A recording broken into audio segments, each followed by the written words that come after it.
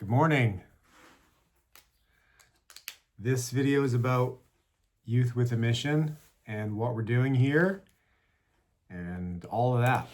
So I'm gonna answer 10 questions about this endeavor, and if you have any further questions, just send me a message. So let's just get underway. Number one, what is YWAM? YWAM, or Youth with a Mission. It's an organization, one of the world's largest missionary organizations, Christian missionary organizations. It was founded in the 1960s by Loren Cunningham. Loren Cunningham has passed away, but I'm going to shorten the story a lot. He had a vision when he was in the Bahamas or somewhere warm, of waves coming across all of the world, crashing on the shores of all of the nations. And those waves were symbolic of young people going into missionary work. And so over the course of his life, he built the organization. He wrote a book called Is That Really You, God?, where he sort of chronicles hearing from God and, building the organization. They have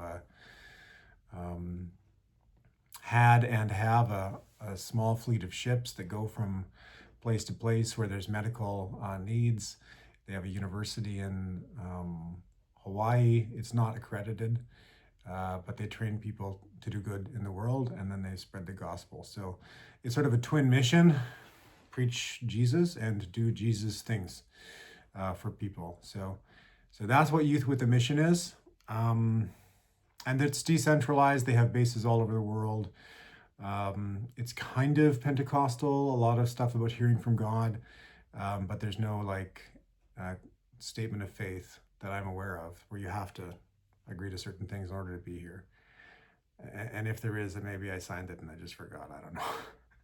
So the second question is, why did you want to go to YWAM? Well, we have been to YWAM before, so this is not a new endeavor for us. In 2005, Leona and I went to Youth with a Mission in Honolulu. And their flagship program is called the DTS, Discipleship Training School. So we did a DTS there. We were 25 and the oldest students there, I think, or close to it. And there were a lot of people who were very young, 17, 18, 19, 20. Our leaders were younger than us. So it's definitely youthful, but, and that was a great experience. We did our outreach in India, and that was wild. That was definitely wild. But we do have some experience with Youth with a Mission. We were going to go back and be missionaries. And then life took a few turns, and I got demoted from missionary to lawyer. So there you go. But it's always been on our hearts to do missionary work, and I'm a Christian wherever I am, whether it's in Canada or New Zealand or India or whatever. But why are we doing it again? Well, we have a whole pile of kids now, and what we wanted to do was to introduce them to YWAM. And New Zealand in particular is warmer in the wintertime, our wintertime in the north. So like February, March, April here is summer and fall. And that's pretty good for a Canuck like me. They have a family school here. They only have about half a dozen of those around the world. And this one fits pretty nicely with our itinerary and our life goals. So I don't think we had any grand visions, but we thought this will fit with our plan, and there you go. So and the other thing is, you don't have to plan every detail of your life when you're here. There's dinner time and lunchtime and activities and lectures and things. So it's a lot easier there's not as much pressure to like figure out every detail of the day. And that's very welcome, very welcome. When we're traveling around the world for a year, having like something set where we don't have to plan everything is pretty welcome. So number 3, are you being paid? No, we are not paid. We are volunteering, and that word volunteering is probably wrong as well. We are paying a lot of money to be here to clean the dishes after dinner. So I think over the course of these 5 months, it's about $30,000, $40,000. It's tough with the exchange, it kind of moves around, and the outreach fees are not calculated yet. But with flights and tuition, it's 30, 40 grand for a family of 7 to be here. And we've planned for that. I just reach into my sack of gold coins as a lawyer and just pull out a few, and no problem. Yeah. So no, we've planned for it over the course of the past 5 years, but we are definitely not being paid. We are paying a substantial amount of money to be here to do missionary work, and to learn and to have our kids part of this. It's a cost. It's not. I think there are probably a lot of people who are like, "Oh, you're working or you're doing some kind of missionary thing, so there must be some kind of stipend." The exact opposite, my friends. So we try and raise money.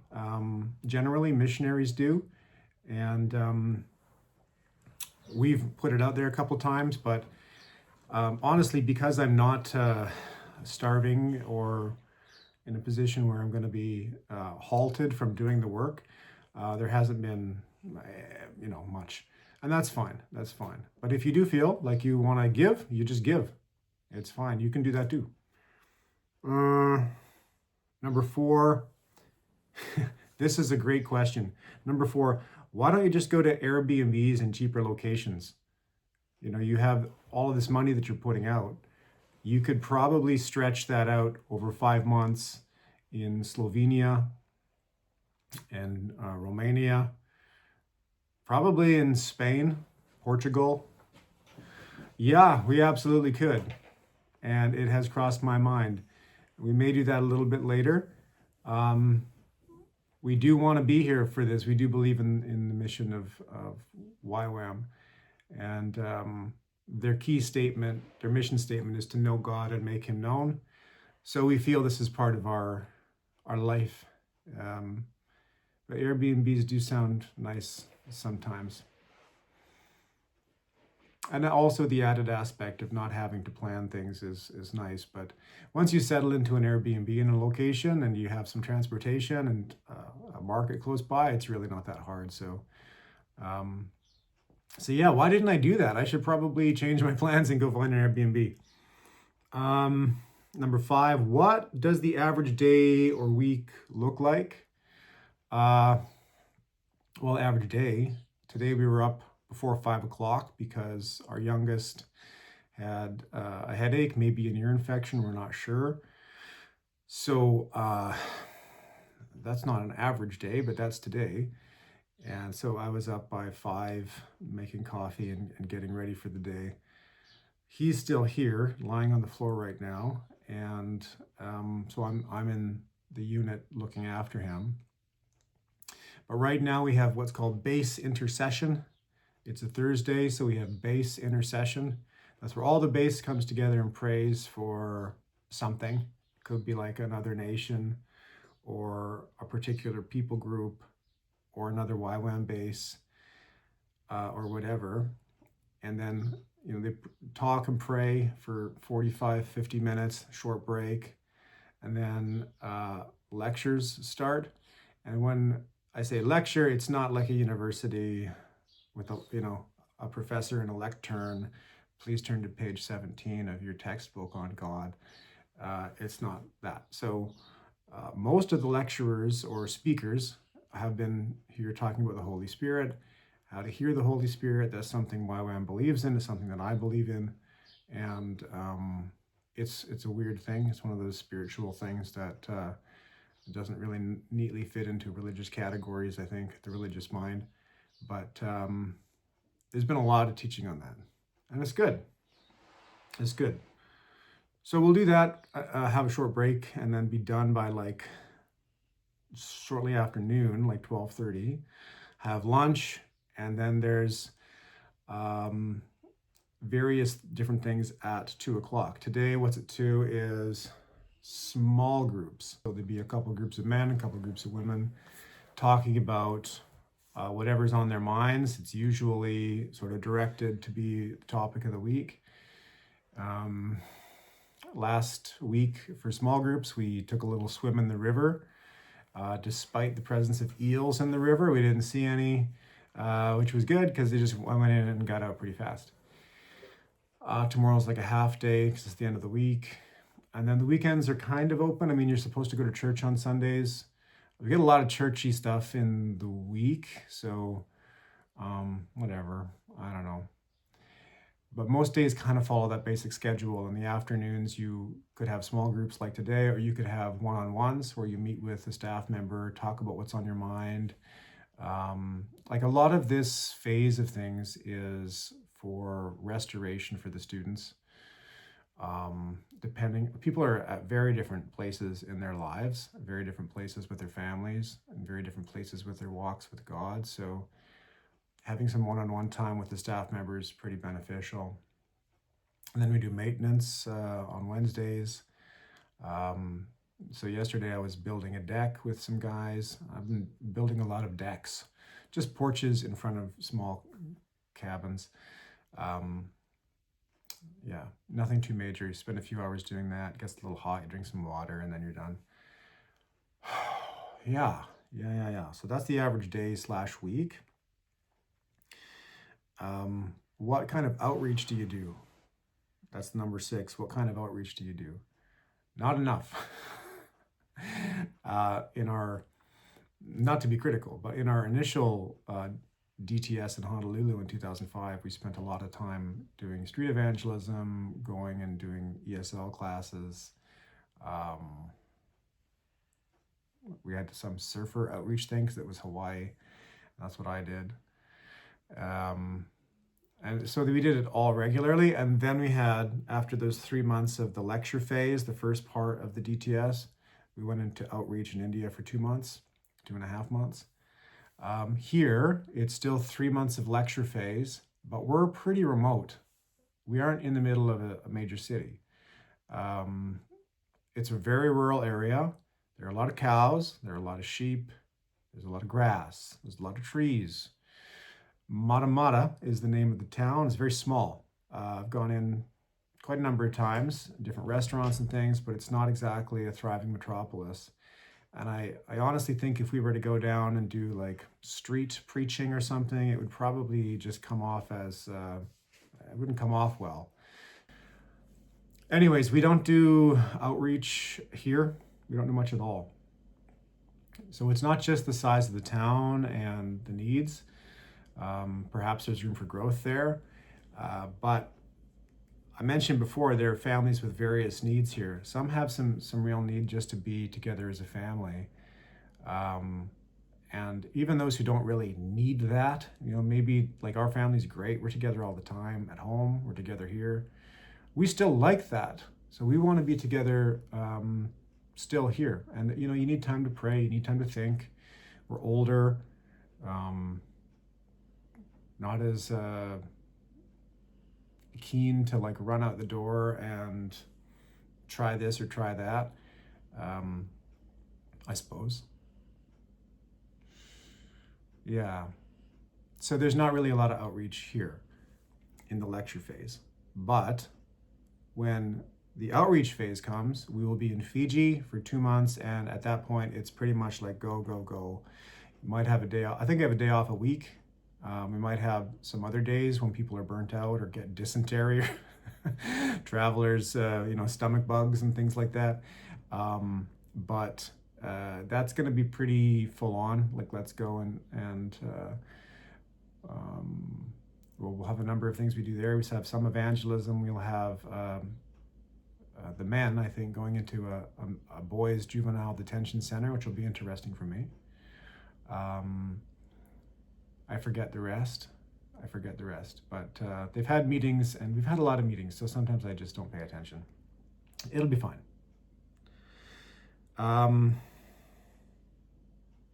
How long are you doing this? I just addressed that.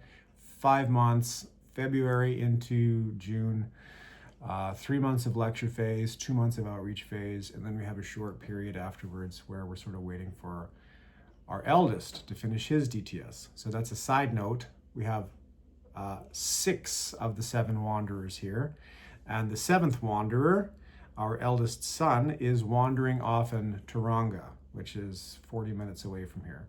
And I think they pronounce it Taronga. I don't know. So that's where he is, and he's doing his own DTS there, and he's having a smashing time. Number 8. What have you learned so far? I wrote these questions, and I'm stumped by it. I have definitely learned things, but like, to boil it down to one, I think the Holy Spirit. When I was a young man, I was enamored with the Holy Spirit, and I think I would use the Bible as like something to facilitate my relationship with the Holy Spirit. In case you're wondering what the Holy Spirit is, you have the Father, the Son, and the Holy Spirit, the 3 persons of the Trinity, and the Holy Spirit is the 3rd person of the Trinity. The Trinity is God. Each person of the Trinity is fully God, and the Holy Spirit is fully God. So in a strange kind of way, what I'm being reminded of is God's real, and you have an active relationship with him. So memorizing the Bible, which I do, is great, but it's not the same as walking in an active relationship with God. It's not the same as having a spiritual life. It's still great, and it's essential to that, but it's not the same thing. So I'm learning to walk with the Holy Spirit, and it's great. We'll see where that takes us. Probably places I don't want to go, but I'll want to go when I get there, maybe. Maybe not. Number 9, is this your new life now? No, it's not. But we're hoping to connect with another base later in the year at another location. We've sent in an application, more on that later. Just to volunteer, do the dishes, do whatever they need us to do. I mentioned the Holy Spirit a little earlier, 5 seconds ago, and I've been feeling a little bit pulled by the Holy Spirit in one direction. And so I've taken steps in that direction. It looks like it's opening up. So more on that later. Finally, what's the best thing about YWAM so far? What's the best thing about YWAM so far? The people. Yeah. I mean, maybe it's learning more about the Holy Spirit and being reminded of that, but the people are great. There are awesome people here. There's one family, it's a family with 12 children. Yeah, you heard that right. There's 5 of the children here, many of them are grown. I think 3 of the 12 are adopted and 9 are biological. And it's just an awesome family. And they're not the only family that's awesome, but that's the most dramatic, like 12 children. Wow, they could start their own religion if they want. Jesus had 12, so that's not where they're going. But and there's tons of awesome families here. People whose children are grown and they're here after their children have sort of left the house, starting a new life as missionaries, like sold the house back in New York City, or New York State, actually, this particular couple. And they're launching out into a world of the unknown where they're trying to seek God and know God and make him known. Awesome. And then everyone in between, people from Romania, Switzerland, the UK, Norway. We have a large Norwegian contingent here. We have some Finnish folks, very clever, intelligent, funny Finnish folks. And people from Zambia. We have people from all over. Pacific Islanders who are here as staff, Samoa, Fiji. They're all great, and everyone's like easy to talk to. There's no one here who's like, I don't know, a dud. Everyone's good. We have, of course, we have Kiwis here, people from New Zealand here, people from Australia, Americans, and we have other Canadians, not a lot. People from Paraguay, like there's a long list of countries being represented here. And that's the best thing. It's just wonderful to have wonderful people and wonderful to have them around my kids and me as a reminder that we have so many similarities as people from different countries. Some differences, unsurprisingly, but yeah, it's good. It's a real multicultural experience. And let me be a little bold here. Like living in a city with people of different races and backgrounds and languages and religious beliefs sort of walking past you isn't multiculturalism. Or maybe that is what multiculturalism is, but that's worthless. What really matters is when you get to know people from different, because I've done that. I've lived in that, just walking past people. That doesn't actually mean anything. It's not virtuous, it's not anything. But having people in your life and learning about them and connecting with them, hearing their point of view on things, I like that. I like that. There's not a great degree of disagreement on any topics here yet. I've opened a few cans of worms. But yeah, even the disagreements are handled pretty well. And they're pretty minor. Yeah, so that's the best thing about YWAM so far. It's the people. And I love the people, and they love me. They love us. They love our kids. Last thing I'll say is that YWAM's great. If you have ever wondered about doing something like this, you can reach out to me. I recommend it generally. I don't have any specific advice for you, but yeah, I can if we talk, and I would love to give you guidance and direction. It's something that I think would benefit anyone, probably anyone. Yeah, it's tough to have a bad experience, even if your experience is a little bit mixed and like I don't agree with this or that. It's still a really great experience, and yeah, I recommend it. I don't know, kind of rambling at the end here, but all right. That's great. Have a fantastic day, and we'll see you again soon.